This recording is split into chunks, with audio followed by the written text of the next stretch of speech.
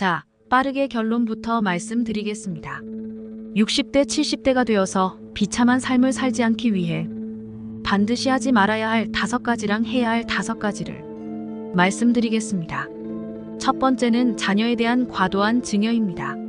물론 충분한 자산이 있다면 상관없겠지만 충분하지 않은데도 자녀에게 증여하는 경우가 있습니다. 한 명이 아니라 2명, 3명이 되다 보니 눈덩이처럼 커져갑니다.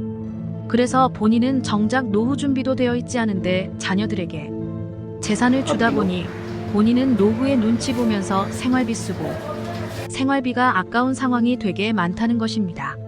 자녀들은 아직까지 충분한 기회가 있는데 60대가 넘어가면 기회가 별로 없습니다. 그래서 충분한 부자가 아니라면 자녀들에게 과도한 증여는 하지 말아야 합니다. 두 번째는 자녀 교육비와 결혼 비용 부담입니다. 이게 가장 많은 것 같습니다. 자녀 교육비 때문에 경제 활동이 안 되는 경우가 많습니다. 자녀 교육비로 재정을 보충하려고 하다 보니 자신은 아파트 한 채, 학군 좋은 집을 위해 많은 비용을 들이게 됩니다. 우리는 자녀에 대한 사랑은 이해하지만 그들은 기회가 있습니다. 60대는 그런 기회가 없습니다. 그래서 자녀에게 과도한 교육비와 결혼 비용 지출은 적당한 수준으로 해야 합니다. 세 번째는 준비 없는 조기 은퇴입니다. 준비 없는 조기 은퇴를 통해 인생의 바닥까지 떨어진 분들 많습니다. 많은 분들이 이런 실수를 합니다. 준비 없는 조기 은퇴는 문제가 됩니다. 준비가 되어 있지 않다면 어설프게 조기 은퇴를 하는 것은 위험합니다. 네 번째는 무리한 투자입니다. 물론 투자를 통해 많은 돈을 번 분들도 있지만 대부분은 결과적으로 원금도 지키지 못합니다. 우리가 나이가 들수록 가장 중요한 것은 내 재산을 지키는 것입니다. 주식 투자는 그냥 하지 마세요. 마지막 5번째는 준비 없는 창업입니다.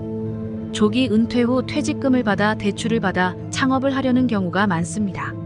그러나 중소기업청 통계에 따르면 은퇴자의 70%가 3년 내에 문을 닫고 5년 후에는 90%가 문을 닫는다고 합니다. 준비 없는 창업은 매우 위험합니다. 지금 말씀드린 이 5가지를 하지 않으면 불행한 노년을 맞이하지 않을 것입니다. 그럼 지금부터는 하지 말아야 할 것이 아니라 해야 할 5가지를 말씀드리겠습니다. 아까 말씀드린 하지 말아야 할 5가지를 지키면서 해야 할 것을 준비해 가시면 됩니다. 첫 번째는 주거비를 낮추는 것입니다. 주거비를 낮춘다는 것은 자녀들이 출가를 하기 때문에 큰 집이 필요 없다는 것입니다. 자녀 교육 때문에 학군이 좋은 집을 사야 하지만 자녀들이 다 크고 나면 은퇴 시점에서는 조금 싼 동네로 이사하는 것이 필요합니다. 주거비를 줄이면 경제적으로 많은 도움이 됩니다. 두 번째는 현금 흐름을 만드는 것입니다. 주거비를 줄여서 절약한 비용을 부동산에 투자하면 일을 하지 않아도 현금 흐름을 만들어낼 수 있습니다. 이는 매우 중요합니다. 나이가 들수록 몸이 아플 수 있기 때문에 일을 하지 않아도 안정적인 현금 흐름이 나오는 것이 필요합니다. 세 번째는 평생 업을 준비하는 것입니다. 경제적으로 안정되지 않은 분들은 은퇴 후에도 계속 일을 통해 소득을 만들어내야 합니다. 이를 위해서는 평생 할 수 있는 일을 준비하는 것이 중요합니다. 돈 들이지 않고 나이 상관없이 성별에 상관없이 할 수 있는 일을 준비해야 합니다. 네 번째는 건강 관리입니다. 건강이 나빠져 일을 못하게 되면 생활이 어려워집니다. 30대, 40대는 건강에 대해 크게 고민하지 않지만 60대, 70대가 되면 건강이 매우 중요합니다. 평소에 건강을 관리하고 좋은 음식 먹고 스트레스 받지 않는 활동을 하는 것이 중요합니다. 5번째는 인간관계를 유지하는 것입니다. 행복을 결정하는 중요한 요인 중 하나는 인간관계입니다. 가족, 친구, 동료들과 원활한 관계를 유지하면 행복한 삶을 살 수 있습니다.